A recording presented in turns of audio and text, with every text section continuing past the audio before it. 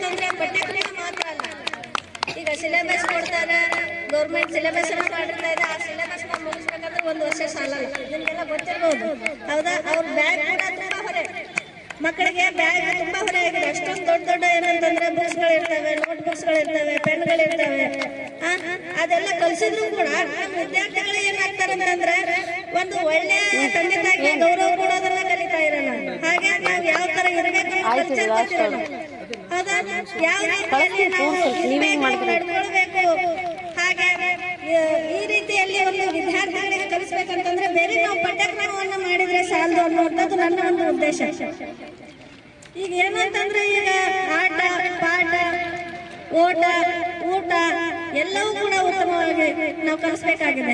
ಈಗ ಹೇಳ್ತಾರೆ ಪೇರೆಂಟ್ಸ್, ಕೆಲವೊಂದು ಪೇರೆಂಟ್ಸ್ ಬರ್ತಾರೆ, ನಮ್ಮ ಮನೆಯಲ್ಲಿ ಮಗು ಊಟನೇ ಮಾಡ್ತಾ ಇಲ್ಲ ಮೇಡಮ್ ಅವರೇ, ಸ್ವಲ್ಪ ಊಟ ಮಾಡೋದು ಕಲಿಸ್ರಿ ಅಂತ. ಅದಕ್ಕೆ ನಾವೇನ್ ಹೇಳ್ಬೇಕು ಹೇಳ್ರಿ? ಹಾಗಾಗಿ ಏನು ಅಂತಂದ್ರೆ ಪೇರೆಂಟ್ಸ್ ಮಾತು ಕೆಲವೊಂದ್ಸರಿ ಕೇಳದೆ ಕೂಡ ಟೀಚರ್ಸ್ ಮಾತು ಕೇಳ್ತಾರೆ ಅನ್ನುವಂಥದ್ದು ಪೇರೆಂಟ್ಸ್ಗಳ ಒಂದು ಕಲ್ಪನೆ. ಹಂಗೆ ಹೇಳ್ತಾರಂತಂದ್ರೆ ಎಲ್ಲ ನಮ್ಮ ತಲೆ ಮೇಲೆ ಇಟ್ಟಿದ್ದಾರೆ ಅಂತಲ್ಲ, ಹೌದಾ. ಟೀಚರ್ಸ್ಗಳು ಮೊದಲು ಅರ್ಥ ಮಾಡ್ಕೋಬೇಕಾಗಿರೋದು ಏನಪ್ಪಾ ಅಂತಂದ್ರೆ ಪೇರೆಂಟ್ಸ್ ಏನ್ ಹೇಳಿದ್ರು ಮೊದಲು ಹೂ ಅನ್ಬೇಕು. ಏನನ್ಬೇಕು? ಹೂ ಅನ್ಬೇಕು. ಯಾಕಂತಂದ್ರೆ ಕೆಲವೊಂದ್ಸಾರಿ ಅವ್ರು ಸಿಟ್ಟಲ್ಲಿ ಬಂದಿರ್ತಾರೆ, ಕೆಲವೊಂದ್ಸಾರಿ ಪ್ರೀತಿಯಿಂದ ಬಂದಿರ್ತಾರೆ, ಕೆಲವೊಂದ್ಸಾರಿ ಅವ್ರು ಏನೋ ಸಮಸ್ಯೆಗಳಿರ್ತಾವೆ, ಮನೆಯಲ್ಲಿ 108 ಸಮಸ್ಯೆಗಳಿರ್ತವೆ. ಅವ್ರು ಬೈದ್ರು ಕೂಡ ನಾವೇನ್ ಅನ್ಬೇಕು? ಹೂ ಅನ್ಬೇಕು. ಆಮೇಲೆ ಅವ್ರು 1 ಅವರ್ ಆದ್ಮೇಲೆ, 1 ಮಂತ್ ಆದ್ಮೇಲೆ, 15 ಡೇಸ್ ಆದ್ಮೇಲೆ ಯಾಕೆ ಮಾಡಬೇಕು ನಾವು ಹೀಗಂದ್ವಿ, ಯಾಕೆ ಈ ತರ ಮಾತಾಡಿದ್ವಿ, ಈ ರೀತಿಯಲ್ಲಿ ಕೆಲವೊಂದ್ಸಾರಿ ಹಾಗಾಗಿ ಪೇರೆಂಟ್ಸ್ ಕೂಡ ಏನಂತಂದ್ರೆ ನಮ್ಮ ಈ ಮಕ್ಕಳ ಪೇರೆಂಟ್ಸ್ ಎಲ್ಲ ನಮ್ಮ ಪೇರೆಂಟ್ಸ್, ನಮ್ಮ ಫ್ಯಾಮಿಲಿ. ನಾವೊಂದು ಈ ಶಾಲೆಯ ಒಂದು ಕುಟುಂಬ ಅಂತ ಹೇಳಿ ನಾವು ಏನ್ ಮಾಡ್ಕೊಂಡಿದ್ದೇವೆ ಅಂದ್ರೆ ನಮ್ಮಿಂದು. ಹಾಗಾಗಿ ನೀವು ಕೂಡ ಏನಂತಂದ್ರೆ ನಾವೆಲ್ಲರೂ ಸೇರಿ ಈಗ ನಮ್ಮ ಉದ್ದೇಶ ಏನಂತಂದ್ರೆ ಮಕ್ಕಳ ಭವಿಷ್ಯವನ್ನ ರೂಪಿಸೋದು. ಇಂದಿನ ಮಕ್ಕಳೇ ನಾಳಿನ ಪ್ರಜೆಗಳು. ನಾಳೆ ಅವ್ರು ಏನಾಗ್ತಾರೋ ಗೊತ್ತಿಲ್ಲ, ಹೌದಾ. ಕೆಲವೊಂದು ಪೇರೆಂಟ್ಸ್ ಹೇಳ್ತಾರೆ, ಹೋಗ್ಲಿ ಬಿಡ್ರಿ ಮಿಸ್, ಅವ್ರ ನಾಳೆ MBBS ಮಾಡ್ಬೇಕಾ, ನಾಳೆ ಇಂಜಿನಿಯರ್ ಮಾಡ್ಬೇಕು, ಅದೆಲ್ಲ ಬೇಡ. ಅವ್ರು ಏನಾದ್ರೂ ಆಗ್ಲಿ, ನಾಳೆ ಮೋದಿ ಆಗ್ಬೋದು, ಹೌದಾ, ನಾಳೆ ಇನ್ನೇನೋ ಆಗ್ಬೋದು. ಅದ್ ನಮ್ಗೆ ಗೊತ್ತಿರುತ್ತೆ, ನಮ್ಗೆ ಗೊತ್ತಿರುತ್ತೆ ಅಂತಿಲ್ಲ.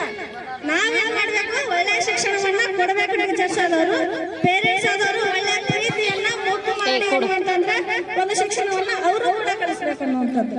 ಯಾಕಂತಂದ್ರೆ ಸರ್ ನಾವು ಫಂಕ್ಷನ್ ಮುಂದೆ ಕಾಲ್ ಮಾಡ್ತೀನಿ, ಲಾಸ್ಟ್ ಅದ ಸ್ಪೀಚ್ ಎಲ್ಲೂ ಆಗಲ್ಲ, ಒಂದ್ ಕೈಯಿಂದ ಚಪ್ಪಾಳೆ. ಕೆಲವೊಂದ್ಸಾರಿ ಮಕ್ಕಳು ಹೋಗ್ತಾ ಇದ್ರೆ ಲಾಸ್ಟಿಗೆ 1 ಇಯರ್ ಆದ್ಮೇಲೆ ಏನ್ರಿ ಮಿಸ್ ಸ್ಕೂಲಲ್ಲಿ ಚೆನ್ನಾಗಿ ಕಲಿಸ್ಲೇ ಇಲ್ಲ, ನಮ್ಮ ಮಕ್ಕಳು ದೊಡ್ಡ ಆಗ್ಬಿಟ್ಟಿದ್ದಾರೆ ಅಂತ. ಯಾಕೆ ಅದು ದೊಡ್ಡ? ಹೌದಾ. 1 ವರ್ಷ ನೀವೇನ್ ಮಾಡಿದ್ರಿ? ಲಾಸ್ಟಿಗೆ ಯಾಕೆ ಹೇಳ್ಬೇಕು? ನನ್ನೊಂದು ಪ್ರಶ್ನೆ, ಲಾಸ್ಟಿಗೆ ಯಾಕೆ ಹೇಳ್ತೀರಿ?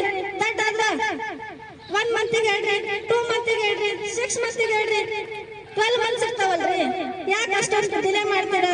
ನಿಮ್ ಮಕ್ಳು ಇರ್ತಾವ, ನಿಮ್ ಮಕ್ಳು ಅಂತಂದ್ರೆ ನಿಮ್ ಭವಿಷ್ಯ. ನೀವ್ ಹೇಳ್ತೀರಿ ನೀವು ಆಸ್ತಿ ಮಾಡ್ತೀರಿ, ಕಲೀಲಿ ಬಿಡ್ರಿ ಮೇಡಮ್, ನಮ್ ತುಂಬಾ ಆಸ್ತಿ ಇದೆ, ನಾವ್ ಮಾಡಿಟ್ಟಿದ್ದೀವಿ ಅಷ್ಟ, ಅದನ್ನ ಮೇಂಟೈನ್ ಮಾಡೋದ್ರೆ ಸಾಕು.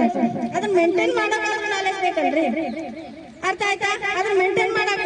ಯಾಕಂತಂದ್ರೆ ಯಾವ್ದೇ ಆಗ್ಲಿ ಕಷ್ಟಪಟ್ರೇನೆ ಬರೋದು, ಅದು ನಾಲೆಜ್ ಗೊತ್ತಾಗೋದು. ನಮ್ಮ ಮಕ್ಕಳಿಗೆ ಏನ್ ಮಾಡ್ಬೇಕಂತಂದ್ರೆ ನಮ್ ಕಷ್ಟಗಳನ್ನ ತಿಳಿಸ್ಬೇಕು. ಫಸ್ಟ್ ಮೊದ್ಲು ನಮ್ ಕಷ್ಟಗಳನ್ನ ತಿಳಿಸ್ಬೇಕು. ಆನಂತರದಲ್ಲಿ ಅವ್ರು ಏನ್ ಮಾಡ್ತಾರೆ ಅಂತಂದ್ರೆ ಯಾವ ರೀತಿ ಕಲಿಬೇಕು. ಈಗ 1 ರೂಪಾಯಿ ನಾವು ದುಡಿತಾ ಇದ್ದೇವೆ ಅಂತಂದ್ರೆ ನಮ್ ತಂದೆ ತಾಯಿ ಇಷ್ಟೆಲ್ಲ ಕಷ್ಟಪಟ್ಟು ಬೆವರು ಸುರಿಸಿ ತಂದಿದ್ದಾರೆ, ಅದಕ್ಕೆ ನಾನೇನ್ ಕೊಡ್ಬೇಕು, ಯಾವ ರೀತಿ ನಾನು ಓದ್ಬೇಕು, ಹೌದಾ. ಇದು ಕೂಡ ಏನಂತಂದ್ರೆ ಬಹಳ ಮುಖ್ಯ. ಇಲ್ರಿ ಫಂಕ್ಷನ್ ಅಲ್ಲಿ ಮಧ್ಯಾಹ್ನ ಇಟ್ಕೊಂಡಿದ್ವಿ, ಈಗ ಒಂದು ½ an hour ಮೇಡಮ್ ಅವರೇ, ನಾನು ನಿಮ್ಮ ಮುಗಿದ ಮೇಲೆ ಕಾಲ್ ಮಾಡ್ತೀನಿ ರೀ. ಸೈನ್ಸ್, ಸೋಷಿಯಲ್, ಆ ಸಬ್ಜೆಕ್ಟ್ ಇದೆ. ಇಲ್ಲೇ ಅದಾರೆ, ಎಲ್ಲರೂ ಇದ್ದಾರೆ, ಯಾರು ಹೋಗಿಲ್ಲ. ಎಲ್ಲಾ ಸಬ್ಜೆಕ್ಟ್ ಅನ್ನ ನೀವೇನ್ ಮಾಡ್ಬೇಕಂತಂದ್ರೆ ಸ್ಟೇಜ್ ಇದೆಯಲ್ಲ, first standard, LKG, 5th, madam ನಾನೇ ತಂದು ಬಿಡ್ತೀನಿ, ಆಯ್ತ್ರಿ. ನೀವು SLC ಆಮೇಲೆ PUC ನಾ ತಂದು ಬಿಡ್ತೀನಿ. ಅಲ್ಲೇನಾದ್ರೂ ನಮ್ಮ ಮಕ್ಕಳು ಶೈನ್ ಆಗ್ತಾವ ಅಂತಂದ್ರೆ ಎಲ್ಲ ಊಟ ಮಾಡಿ ಮೇಡಮ್ ಅವರೇ ಸ್ವಲ್ಪ ವಿಡಿಯೋ ಮಾಡ್ತೀನಿ, ಆಮೇಲೆ ಮಾತಾಡ್ತೀನಿ. ನೀವು ಕೊಡ್ಬೇಕು. ಈಗ ಹುಟ್ಟಿದ ಮಗು ನಾವು ರೊಟ್ಟಿ ಕೊಡೋಕೆ ತಿನ್ನಲ್ಲ, ಹೌದಾ. ಅದಕ್ಕೆ ನಾವು ಹಾಲೇ ಕೊಡ್ಬೇಕು, ಅರ್ಥ ಆಯ್ತಾ? ಹಾಗಾಗಿ ಅದಕ್ಕೆ ಮೆಂಟಲ್ ಎಬಿಲಿಟಿ ತಕ್ಕಾಗನೇ ಏನಿರ್ತದೆ ಅಂತಂದ್ರೆ ಸಿಲೆಬಸ್ ಇರುತ್ತದೆ. ಅದನ್ನು ನಾವೇನ್ ಮಾಡ್ಬೇಕು ಅಂತಂದ್ರೆ ಆ ಏಜಿಗೆ ABCD ಕಲಿಯೋ ಏಜಿಗೆ ABCD ಕಲಿಸ್ಬೇಕು, ರೀಡಿಂಗ್ ಮಾಡೋ ಏಜಿಗೆ ರೀಡಿಂಗ್ ಕಲಿಸ್ಬೇಕು. ಈ ರೀತಿಯಲ್ಲಿ ಸ್ಟೆಪ್ ಬೈ ಸ್ಟೆಪ್ ನಾವೇನ್ ಮಾಡ್ಬೇಕಂತಂದ್ರೆ ಕಲಿಸ್ಕೊಂಡು ಹೋದಾಗ ಮಕ್ಕಳಿಗೂ ಕೂಡ ಬರ್ಡನ್ ಆಗಲ್ಲ, ಪೇರೆಂಟ್ಸ್ ಮೇಡಮ್ ಒಂದು 10 minutes ಬಿಟ್ಟು ಬರ್ರಿ, ಲಾಸ್ಟ್ ಸ್ಪೀಚ್ ಮಾಡ್ತಾರೆ ಮೇಡಮ್ ಅವರು. ಲಾಸ್ಟಿಗೆ ಏನಾಗುತ್ತೆ ಅಂತಂದ್ರೆ 1 ವರ್ಷಕ್ಕೆ ಬರ್ತಾರೆ, 1 ವರ್ಷಕ್ಕೆ ನಮ್ಮ ಮಗು ಏನಂತಂದ್ರೆ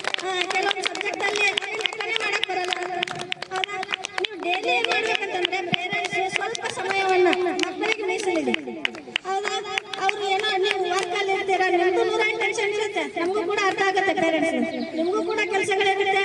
ಅದರಲ್ಲಿ ಡೈಲಿ 1 ಅವರ್ ಮಕ್ಕಳಿಗೆ ಕೊಡಿ ಸಾಕು.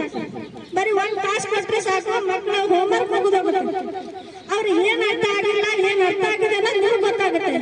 ನೆಕ್ಸ್ಟ್ ಡೇ ನೀವೇನ್ ಮಾಡ್ಬೇಕು, ಟೀಚರ್ಸ್ ಹೇಳಿಕೆ ನಿಮಗೂ ಕೂಡ ಅರ್ಥ ಆಗುತ್ತೆ. ನೀವು 1 ವರ್ಷ ಬಿಟ್ಟು 6 ತಿಂಗಳು ಬಿಟ್ಟು ಕೇಳಕ್ ಹೋದಾಗ ಟೀಚರ್ಸ್ ಕೂಡ ನಿಮ್ಗೆ ಕಮ್ಯುನಿಕೇಟ್ ಮಾಡಲ್ಲ. ಇಷ್ಟು ದಿನ ಏನ್ ಮಾಡ್ತಿದ್ರಿ ಮೇಡಮ್ ಅಂತ ಅರ್ಥ ಆಯ್ತಾ? ಯಾವ್ದೋ ಕೇರಿಂಗ್ ಟೀಚರ್ಸ್ ಇದ್ರೆ ಹೌದು ಮೇಡಮ್ ಈ ತರ ಆಗಿದೆ ಅಂತ ಅವರು ನಿಮ್ಗೆ ಕೂತ್ಕೊಂಡು ವಿವರಣೆ ಮಾಡ್ತಾರೆ. ಬೇರೆ ಟೀಚರ್ಸ್ ನಿಮ್ಗೆ ಟೈಮ್ ಕೊಡಲ್ಲ. ಎಲ್ಲಾ ಸ್ಕೂಲಲ್ಲೂ ಕೂಡ ಏನಂತಂದ್ರೆ ಮಕ್ಕಳ ಮೇಲೆ ಅಷ್ಟೊಂದು ಮುದ್ದಿದ್ರೆ ಕೇರಿಂಗ್ ಇದ್ರೆ ಅವರು ಸ್ವಲ್ಪ ನಿಂತು ಪೇರೆಂಟ್ಸ್ ಜೊತೆ ಮಾತಾಡಿ ನೀವು ಈ ತರ ಮಾಡಿ ಅಂತ ಸಜೆಷನ್ ಕೊಡ್ತಾರೆ. ಕೆಲವು ಸ್ಕೂಲಲ್ಲಿ ಕೆಲವು ಟೀಚರ್ಗಳು ಕೊಡಲ್ಲ. ಹಾಗಾಗಿ ಪೇರೆಂಟ್ಸ್ ಅಲ್ಲಿ ನನ್ನದೊಂದು ಮನವಿ ಏನು ಅಂತಂದ್ರೆ, ನಿಮ್ಮ ಮಕ್ಕಳೇನ ಭವಿಷ್ಯ ಆಗಿದ್ರೆ ಮುಂದೆ ನಿಮ್ಮ ಮಕ್ಕಳು ಏನಾದ್ರೂ ಆಗ್ಬೇಕು ಅಂದ್ರೆ, ಬರೀ ಏನಾದ್ರು ಅಂತಂದ್ರೆ ಇಂಜಿನಿಯರ್ ಡಾಕ್ಟರ್ ಅದಷ್ಟೇ ಅಲ್ಲ, ನಿಮ್ಮ ಒಳ್ಳೆಯ ಮಕ್ಕಳು ಆಗ್ಬೇಕಂದ್ರೆ ಅದಕ್ಕೂ ಕೂಡ ನಿಮಗೆ ಏನ್ ಬೇಕು ಅಂತಂದ್ರೆ ಒಳ್ಳೆ ಶಿಕ್ಷಣ ಬೇಕೇ ಬೇಕು. ಶಿಕ್ಷಣ ಇಲ್ಲ ಅಂದ್ರೆ ಯಾವುದೂ ಇಲ್ಲ. ಹಾಗಾಗಿ ನೀವು ಡೈಲಿ 1 ಅವರ್ ಅನ್ನ ಮಕ್ಕಳಿಗೆ ಎತ್ತಿಡಿ. ಅರ್ಥ ಆಯ್ತಾ? ಸ್ವಲ್ಪ ಹ್ಯಾಂಡ್ ರೈಟಿಂಗ್ ಕಡೆ ಗಮನ ಕೊಡಿ, ಸಿಲೆಬಸ್ ಕಡೆ ಗಮನ ಕೊಡಿ. ಯಾವ ಸಬ್ಜೆಕ್ಟ್ ಅಲ್ಲಿ ವೀಕ್ ಇಲ್ಲ ನೀವು ಹೋಗಿ ಟೀಚರ್ಸ್ ಕೂಡ ಖುಷಿ ಆಗುತ್ತೆ. ನೋಡಪ್ಪ ಈ ಸಬ್ಜೆಕ್ಟ್ ಅಲ್ಲಿ ಕೇಳ್ತಾ ಇದ್ದಾರೆ, ಬಂದು ಈ ಮಗು ಇದರಲ್ಲಿ ಆಗಿದ್ದಾನೆ, ನಾವು ಈ ಸಬ್ಜೆಕ್ಟ್ ಅಲ್ಲಿ ಇಂಪ್ರೂವ್ ಮಾಡಬೇಕು. ಹೌದಾ? ಯಾಕಂದ್ರೆ ನಿಮಗೆ 1 ಮಗು ಆದ್ರೆ ನಮಗೆ 3 ಮಕ್ಕಳು. ಹೌದಾ? ಕೆಲವು ನಮಗೆ 3 ಮಕ್ಕಳು ಇರ್ತಾರೆ. ಅವ್ರಿಗೆಲ್ಲರಿಗೂ ನಾವು ನೋಡಿ ಬರೋಷ್ಟರಲ್ಲಿ ಏನಾಗ್ತದೆ ಅಂತಂದ್ರೆ ಎಲ್ಲ ಮಕ್ಕಳಿಗೂ ಕೇಳ್ತಾ ಇರ್ತೀವಿ. ಬಟ್ ನಾವು 1 ಡೇ ಇನ್ಫಾರ್ಮ್ ಮಾಡ್ತೀವಿ, 2 ಡೇ ಇನ್ಫಾರ್ಮ್ ಮಾಡ್ತೀವಿ, 3 ಡೇಸ್ ಇನ್ಫಾರ್ಮ್ ಮಾಡ್ತೀವಿ. ಆಮೇಲೆ ನೀವು ಏನೂ ಮಾಡಲೇ ಇಲ್ಲ ಅಂತಂದ್ರೆ ನಾವು ನಿಮಗೆ ಕಾಲ್ ಮಾಡಕ್ ಹೋಗಲ್ಲ. ಎಷ್ಟು ದಿನ ಮಾಡ್ತೀವಿ? 8 ದಿನ, 10 ದಿನ, 20 ಡೇಸ್, 1 ಮಂತ್ ಕೂಡ ಮಾಡ್ತೀವಿ. ಯಾಕಂದ್ರೆ ನಾವು ಮಂಡ್ ಭಾಳ, ನಮ್ಮ ಸ್ಕೂಲಲ್ಲಿ ಭಾಳ ಮಂಡ್ ಪೇರೆಂಟ್ಸ್